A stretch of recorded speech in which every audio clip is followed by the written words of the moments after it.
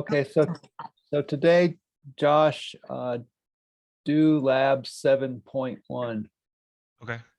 The homework one for that wasn't working when I opened That's up. right. It's not working. It'll be Okay. fixed while you. So this one is the purpose of this lab is to practice downloading directly in a script. So the lab 7.1 uses the requests package Got it. and takes some time up front because I don't know if requests comes as part of Anaconda or not. Let's find out.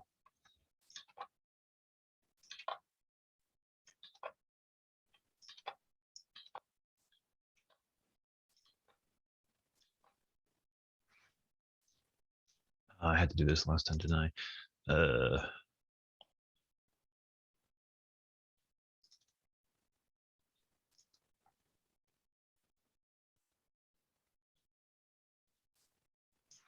Ah,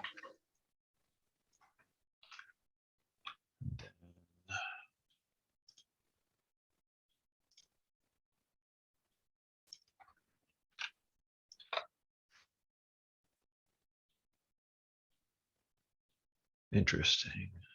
well, it looks like the request part worked. Yeah. Mat plot dot py plot. Start from the beginning. Well, the important part is the request. If the plot can't be made, just verify that you Works actually. here. Okay. And then go to the second example, which is treasure map. Uh-huh. So Okay. that should pull treasure map 2 automatically. Cool. Yep. You don't need to do the exercise because you just did it with the example. And then Okay. I'll get an exercise put together before you all get done. Okie doke. Okay, this is supposed to be an easy one. The hard part will be helping people import the request package if it doesn't do it automatically when in Anaconda. Sure. That'll be conda import package name, that usual sequence. Okie dokie. I will hand it over to you now. It looks like, let's see how many people are here. Oh, that's pretty good turnout. 13. Not a great turnout, but you're competing with a very lovely Friday. So good luck. Yeah. Okay. I never claimed to be that entertaining. Yeah, I'll be listening in, but I'm going to go ahead and try to put together a very simple exercise so that everybody can practice scripting as a way to get data. So some bookkeeping announcements. I've graded everything that was due as of last Wednesday, I believe. I did both sections, so I get them. They all kind of mesh together, and then I'll be moving on to, keep grading stuff by Monday. So most grades are pretty good, but so generally how I assign points, there's 3 major categories. Is it on time? Is it complete? And is it correct? So on time, it's pretty self-explanatory. If it's late, you're losing that point. If it's super late, you're either losing double the points or I'm just not going to grade it. Complete means, did you turn in everything that needs to be turned in? Meaning the PDF file, the notebook file, anything else that needs to be there. And then correct, kind of self-explanatory. Did you run the code? Or if it's an exercise, if it asks you to do something, did it do it correctly? So most grades are 3 out of 3, some 2s, mostly from missing a file, and then some lates. All right, with that out of the way, let's get into file usage.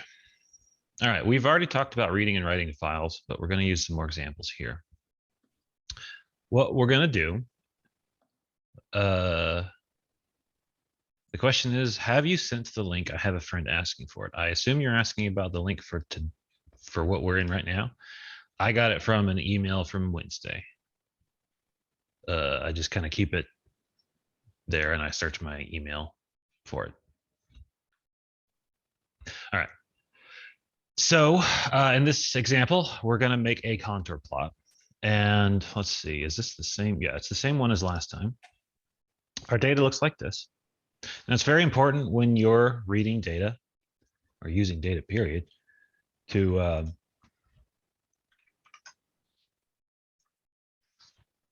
know the format it's coming in. So, for example, what's the format of this data? Well, it appears to be floating point numbers, 5 to a line, and each number is separated by 2 spaces. That's the kind of format I'm expecting. The data we're going to be using today, what are we expecting to see? Well, for the most part, we're seeing 3 numbers, 3 floating points separated by a comma. The first 2 are somewhat close to -3 and -2, and the second one is extremely small. However, the very first element in our data is 2 numbers separated by a space. Now, what does any of this mean? I don't know, and at this step, it's not particularly important. What's important is to expect what format's coming in. Because if I'm reading things separated by a comma and all of a sudden I can get things separated by a colon, then I'm going to have a problem. And if I'm not careful with using the try catch, then it's going to crash, and that's not good. So here's the actual format of what the data is. We've already done this before, so I'm not going to go super in detail. The first 2 tell us how many elements there are going to be, and everything else is the X value of a. So this is a point in 3D space, is what it is. So what is a point in 3D space? Well, those are the only points that actually exist in our physical universe, if you would believe it. Well, I guess you could argue there's more dimensions than that, but who knows, really? You got a 2D space, looks kind of like this. And you've got, X values and Y values, and you have like a curve or something. And a point on the curve is one right there. It's got some value, like, I don't know, 5 here and 3 here, something like that. A point in 3D space is the same thing, except we have a Z dimension, which is not going to look very good. But here's our Z dimension. And what these points are is like -3, which we'll say is here, -2, which we'll say is here. And then on our Z axis, we have this value here. So it goes up 4.5 times 10 to the -6.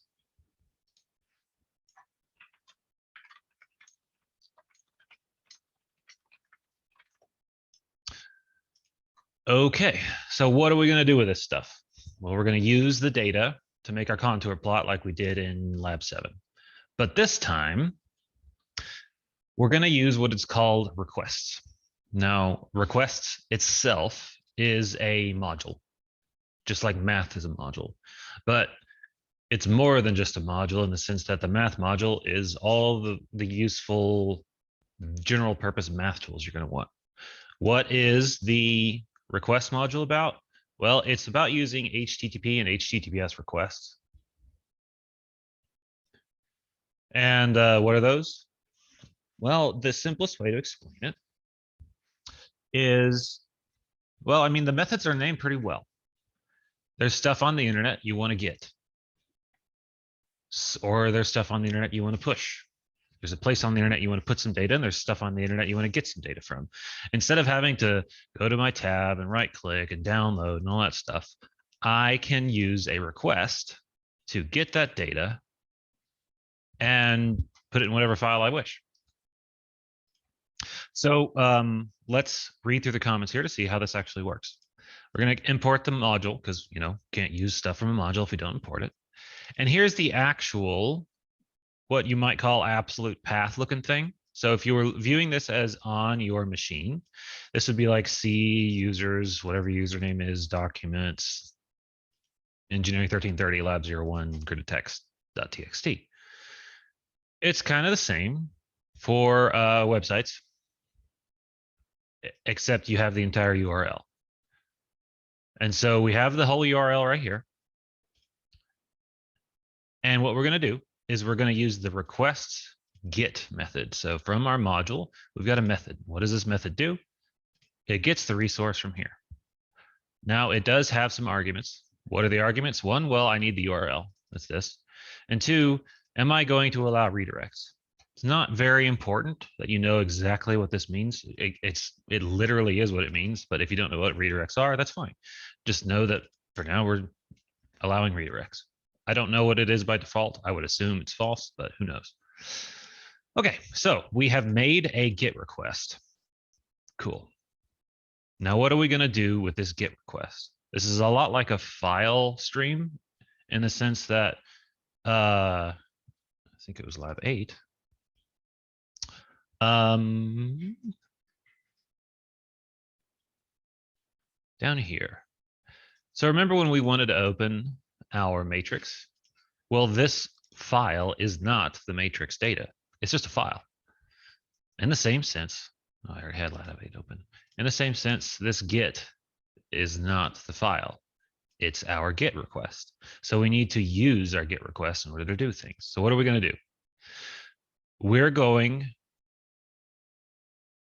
let's see, there's a couple questions. So we have this file download from lab 7. Do we need to delete it before? Good question. You see this argument here, the WB? Now we've used before, sorry, the dog needs to come in. We've used before the R and we've used before the W, standing for read and write. Well, here, this argument, whatever was there in the original existing file is going to get wiped out. So when we open a file with this method here, it's not append, it's not read, it's not write. I don't know exactly what it stands for. I think it's write back, but it just completely clobbers, as Dr. Cleveland said, whatever's there. So we're going to open a file. This is going to be the location of the name of the file. And then what are we going to do? We're going to write the content of our GET request to our file. Now, it's worth noting, what kind of thing does the write method take as an argument? Well, it takes a string. I think it can actually take a list of strings as well. But either way, we know it deals in strings. So what does that mean? Our get.content is? It means that it's a string. So our GET request, we call this is what we called our GET request. It has a property called content. And what is that content? It's the text content of whatever file we're looking at.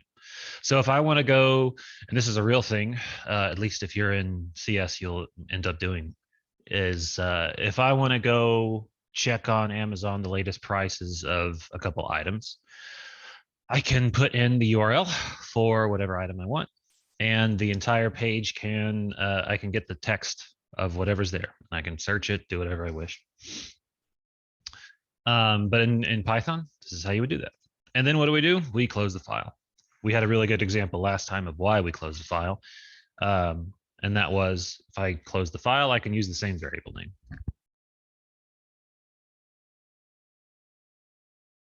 It is good practice to, when you're done using the open file, to close it. Okay, so are there any questions on what's going on here? We've already had one really good one. Are there any questions about what's going on here before I move on? Because as you can see, it's a short lab, but it's really important that we get each part.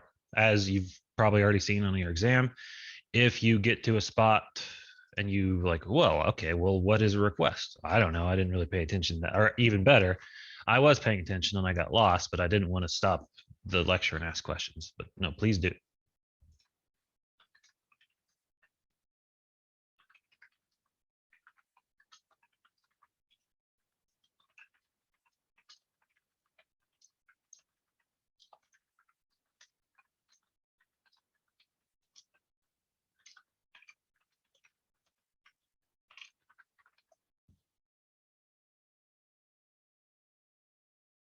Okay, well, not seeing anything, so let's move on.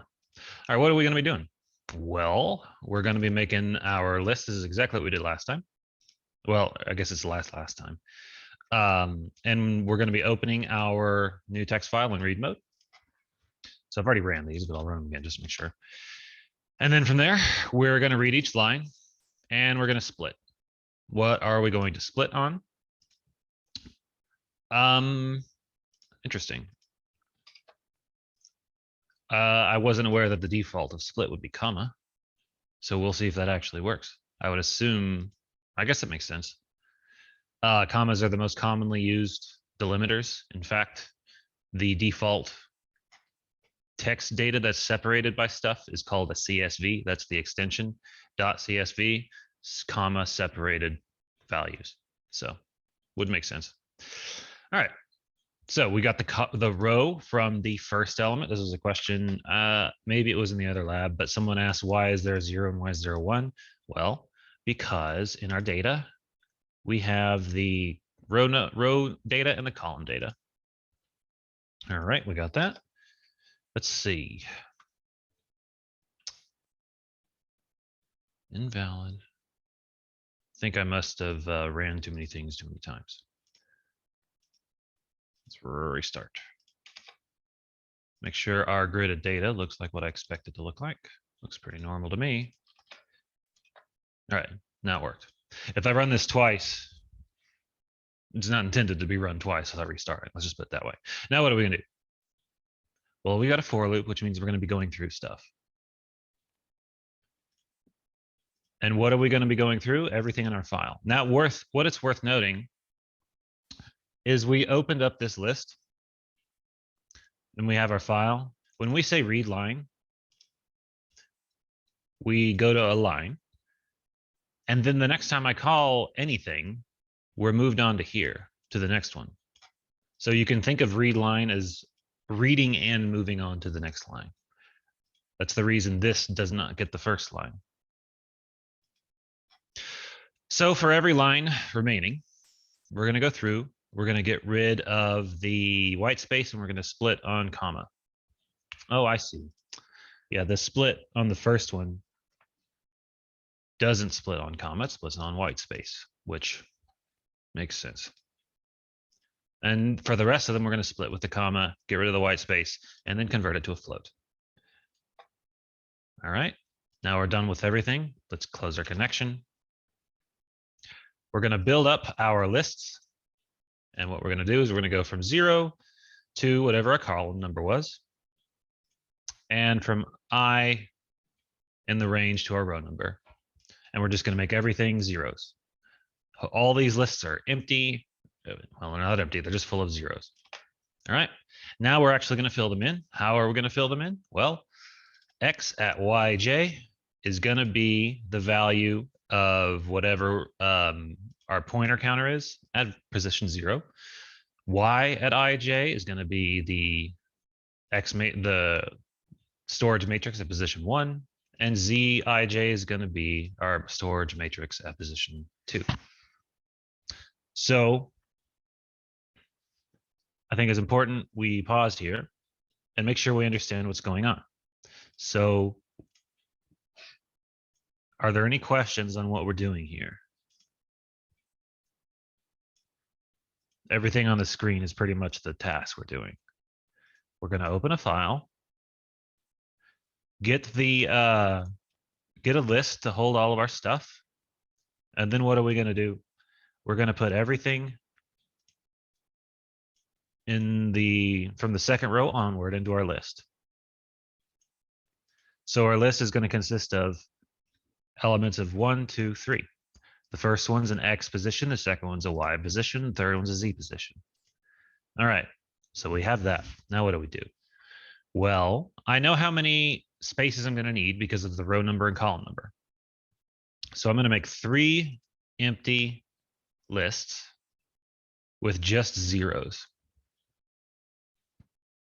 And how many zeros? Well, the exact number of row number by column number.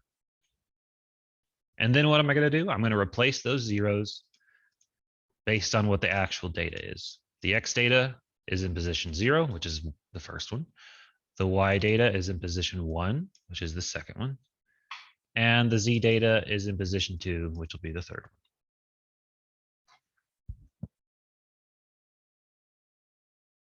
one. Sorry, 1 second.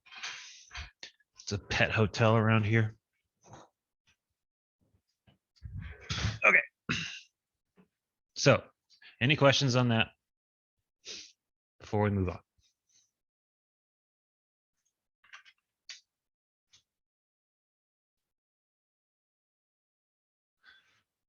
All right, then. Well, let's try to build our plot. Now, this has been a little temperamental, so we'll have to see what happens. Let's see. When we did this in lab 7, it worked just fine. Let's see if I did anything different.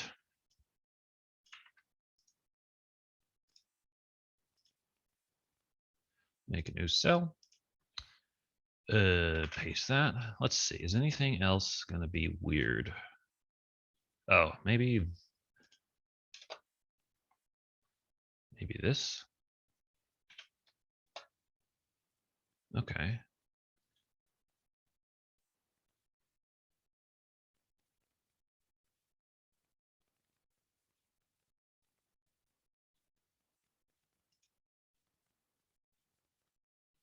Don't know. Let's look at our data, make sure it actually looks correct. It's always a good idea. It's generally a good idea. Make a new cell. And I'm going to say print my, this is going to be huge, X list. Whole bunch of zeros. Print my Y list. Now, I see the problem. There's 2 indicators that essentially I didn't fill this data in. The first indicator is that everything's a 0. So this is just like when you get an error message. It doesn't mean you're inferior or something. It means you've got to troubleshoot. So just now I got it. Well, this is too big of a thing to show. I didn't get any data. So what's the deal? Well, there's a lot of things that can go wrong. Let's start troubleshooting. What's the troubleshooting method? Well, let's look at my data. Here's my data. It's all zeros. So either something went wrong or I didn't fill it in. Now, I could try to poll the audience to figure out what is the indicator that I didn't run this cell right here, but it's kind of a specific thing, and I don't know if anybody would get it.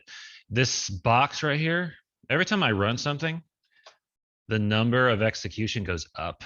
So if this was the 13th execution, the 14th, the 15th. This never got ran. I kept talking about it, and I just never hit the button to go. So now I filled it out. Let's look at what our Y data is. Now it's not just 0, so that's good. So let's try it again. All right. I think this is the right one. These, funny enough, this is the code from Lab 7, and this is the code from Lab 7.1. They're almost identical. It's just that I'd fiddled with the levels. I'd made it 30 last time. So let's see what this one does. So this is the one that yours should just look like straight out of the box. And you can mess with any of these numbers here to change. As you can see, if I change the levels to 30 or if I make the inline 3, whatever. But as you see, we have a contour map that we got from using requests. I didn't have to right click or download anything. And why is that useful? Well, it's a good question. I'll try to explain as best I can. If I'm trying to, imagine I have to do this 1,000 times a minute across 30 different locations. I got to get some data and then I got to plot it. That's what my job is. I got to make a system that every minute it gets all the data and all the files for 30 different offices and plots them in real time. Okay, not that big a deal. I just need to put this in a loop and make them get the right stuff. But here's the kicker. If I have to do literally what I'm about to do, open the page, right click, save as, go to the folder, drag and drop. That I don't even know how to tell the computer to do that. But what I can tell the computer, hey, that stuff, I was going to go right click and drag and drop and all that stuff. Here's the URL. Here's the URL. Go get it. Literally go get it, because get is the name of the method.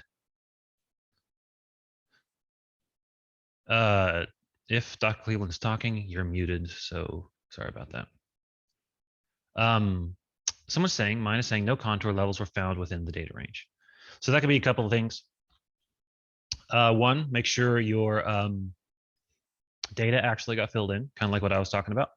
And two, the regular lab, like right out of the box, here's the code for it. I changed it a little bit because when I just import matplotlib, it doesn't like to behave. So I changed it to look like this, and I'll even put it here. Okay. So before I move on to the treasure map example, because that's all we got left, are there any questions over this? Because short but sweet.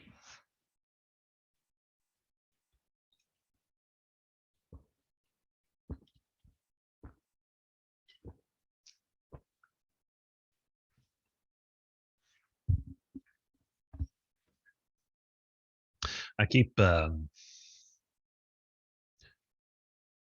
being scared that I mute myself and then don't realize it. Hopefully, if I were to sit here and talk but no one could hear me, that someone would tell me that I'm muted. That would be ideal. Well, it would be ideal if I didn't mute myself, but next best thing.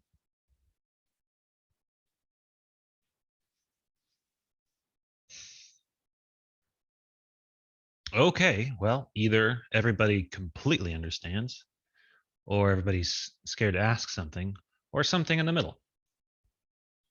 So let's move on to the next example. We have our treasure map problem. But just like we're talking about with the previous example of having to go right click, save as, drag and drop, we're not going to do that. I'm not going to right click this. I'm not going to drag and drop. In fact, I'm going to go in here to my treasure map and I'm just going to erase everything and put something that won't work. Actually, I'll do that. That won't work. This is not a valid treasure map. So if this works, that means that I overwrote that file correctly. And what am I going to overwrite with? Well, whatever's at this location. Whatever is at this URL is what's going to go into this new file. Exact same thing we did with the buff, so I'm not going to go into detail and explain it. Now, what am I going to do? Well, I'm going to go by each line. Well, first thing, let's see if, hey, look at that. We got the file correctly. Now, what I'm going to do is I'm going to go through each line, get rid of the white space, and split on comma. All right, let's do it. And then I'm going to get rid of the first row, and I'm going to get rid of the R. This is nothing new. We've been doing this probably for 3 labs now. All right. And then I'm going to find our treasure. And this code should be very familiar to everyone. It's been in 3 labs now. And there we go. Cell 43 has the treasure. All right, that's using requests. Again, what is requests? Why is it useful? Because, like I said before, if my job is to have a program do something over a large amount of stuff, even how many times do you need to go right click, save as, open folder, drag and drop before you want to say, all right, this is becoming a pain in the butt. I just want to automate this. For me, it's 2. If I have to do right click, save, blah, blah, blah, blah, blah, more than twice, I'm going to use a request.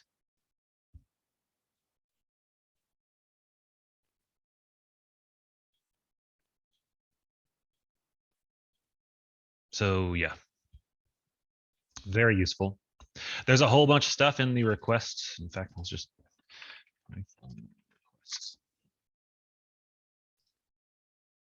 anytime you want to know what's in a package, you can go Is this the official one? Yeah, you can look at all this stuff you can do. What, in a general sense, what does the request package do?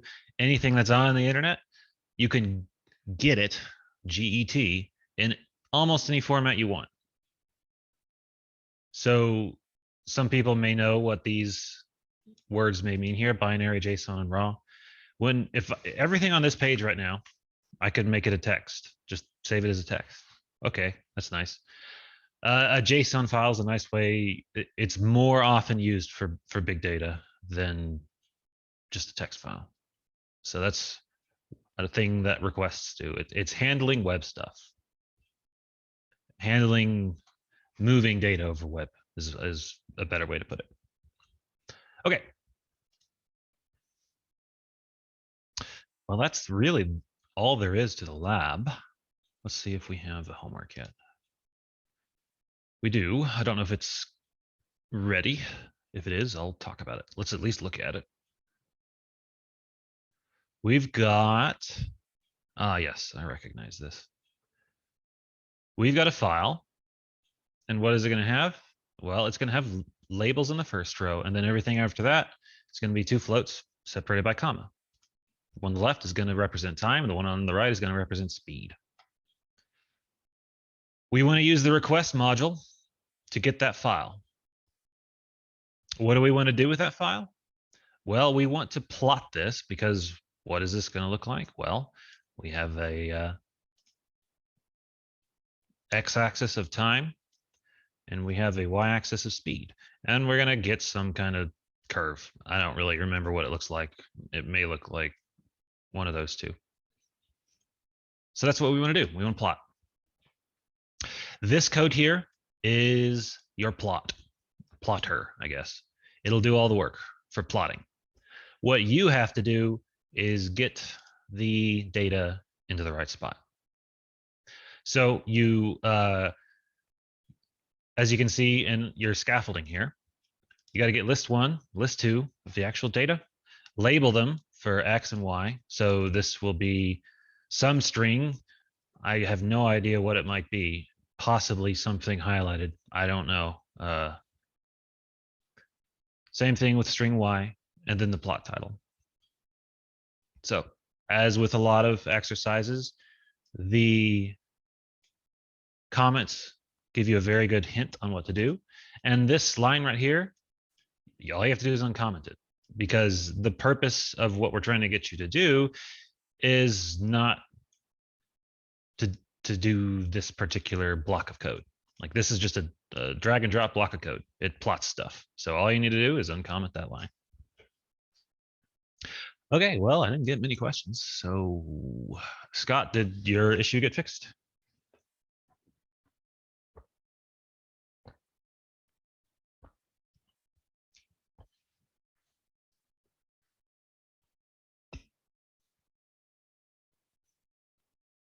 Yeah, sometimes that happens. All right, anyone else have questions, comments, concerns? Is this the Super Bowl weekend? Don't really follow sports ball.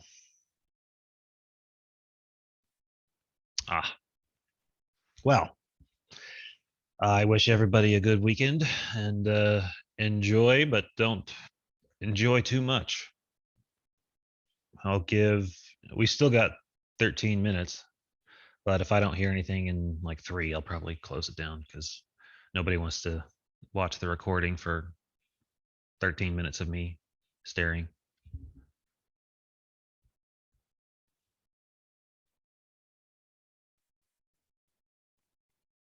Or if everybody leaves, that's fine too. And it looks like that is the case. So, yep, you too. Everyone have a nice one, and I'll see you on Monday, assuming we don't get snowed in again.